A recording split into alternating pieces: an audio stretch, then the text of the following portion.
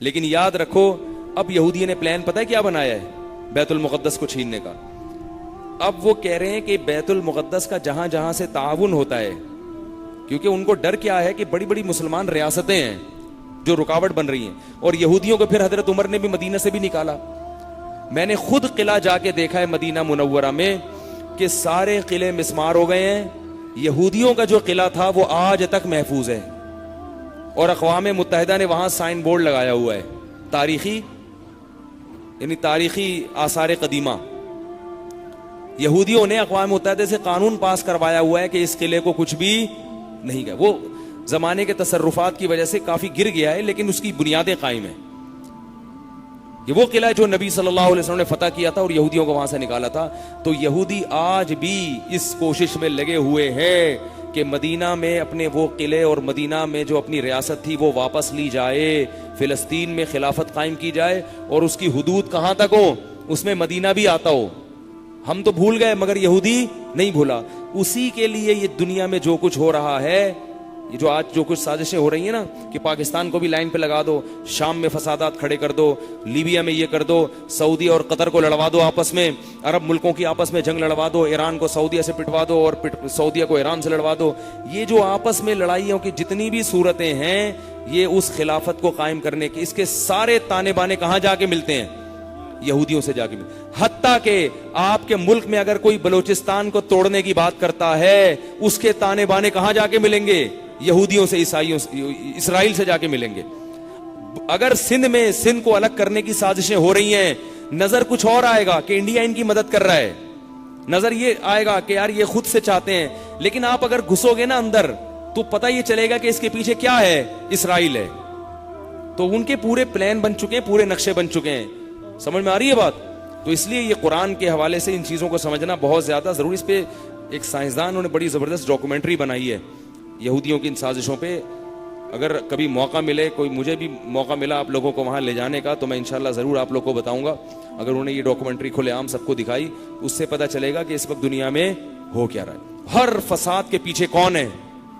Israel खड़ा है। अफगानिस्तान में अगर हो रहा है, अमरीका और बरतानिया को ये उल्लू बना रहे हैं। ईसाइयों से मुसलमानों की दुश्मनी नहीं है, जंग नहीं है। अमरीका को खामखा में मुसलमानों से अफगानिस्तान में पिटवा दिया। अमरीका का अफगानिस्तान से कोई इख्तलाफ नहीं था।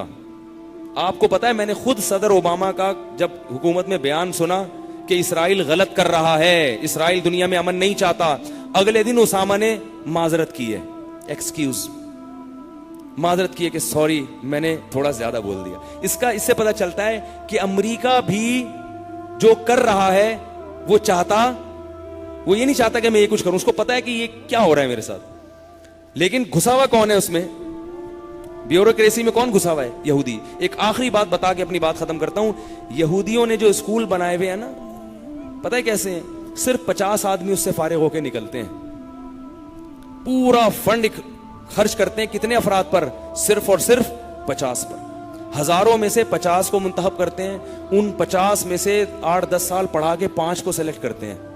लेकिन वो 5 फिर कहां जाते हैं?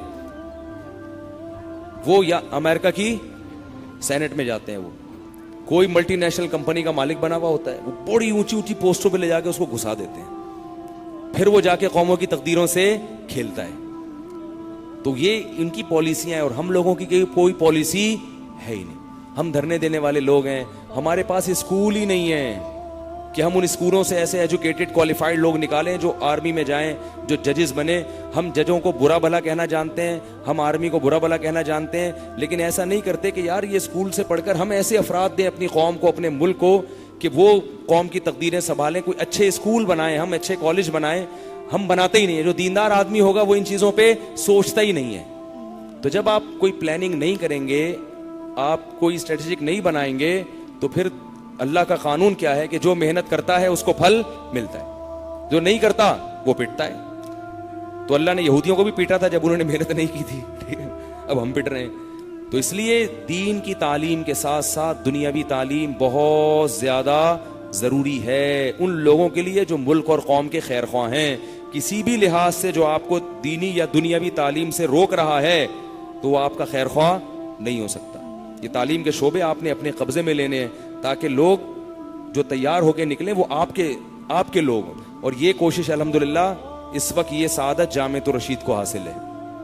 पूरे मुल्क में जामिअतुर रशीद ने, बल्कि पूरे बर्रे सगीर में, बर्मा, बांग्लादेश, इंडिया, पाकिस्तान, उसमें अल्हम्दुलिल्लाह जामिअतुर रशीद ने इस तरफ सोचना शुरू किया है कि भाई एक ही छत के नीचे उलमा भी पैदा करो, साइंसदान भी पैदा करो, फौज में जाने वाले ऑफिसर्स भी यहीं से जाएं, जजेस भी यहीं से जाएं। वजह क्या है कि मुसलमानों का माजी यही था।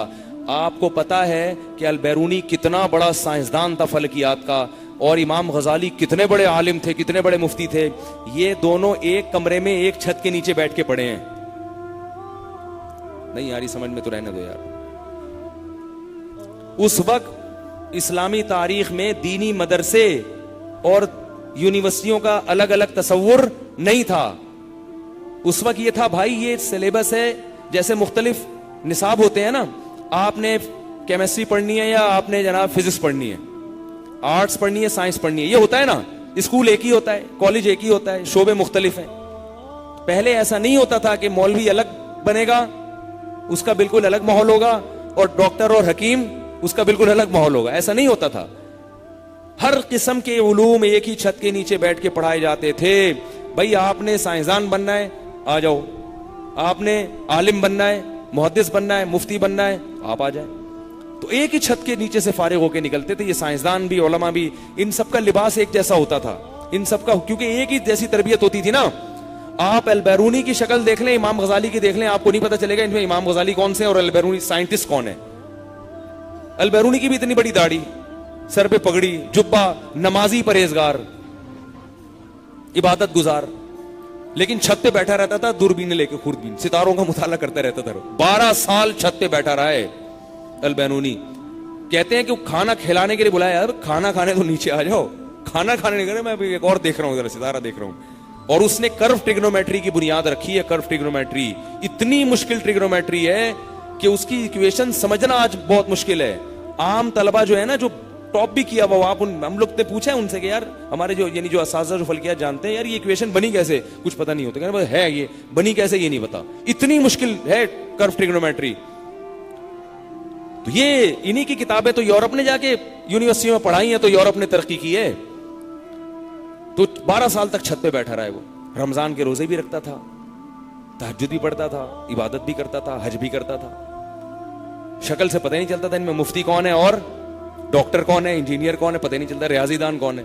आज 2 बंदे बैठे हैं, पता चल जाएगा ये मौलवी साहब हैं, और ये पता नहीं मुसलमान भी है या नहीं है जो डॉक्टर साहब है। डॉक्टर साहब का स्टाइल ही अलग होगा, टाई होगी, क्लीन शेव होगी, सिगरेट पी रहे होंगे रमजान में दिन दहाड़े। हाँ, तबलीग में वक्त लगा लिया या किसी के पास बैठ गए तो एहतराम कर लिया रमजान का, रोजे रखना शुरू कर दिए। बिल्कुल 1-2 राहें अलग अलग शुरू हो गई। तो इसको वापस लाना किसकी जिम्मेदारी है? तो ये अल्लाह का फजल है। जामिअतुर रशीद ने अल्हम्दुलिल्लाह ये काम शुरू किया है। इसलिए जामिअतुर रशीद के खिलाफ ना बोला करो, इसलिए नहीं कि मेरा इदारा है, इसलिए कि हम उनकी तमाम तर पॉलिसियों से मुत्तफिक हैं, और वो अल्हम्दुलिल्लाह वो काम कर रहे हैं जो काम आज से 50 साल पहले हो जाना चाहिए था। लेकिन चलो देर आए मगर दुरुस्त आए। अब उनके मिशन को आगे बढ़ाने की, बोलो ना भाई, कोशिश करो। अल्लाह ताला समझने की, अमल की तौफीक अता फरमाए। आज बहुत लंबी बात हो गई। सुब्हानकल्लाहुम्मा व बिहम्दिका नशहदु अल्ला इलाहा इल्ला अंता नस्तगफिरुका व नतूबु इलैक।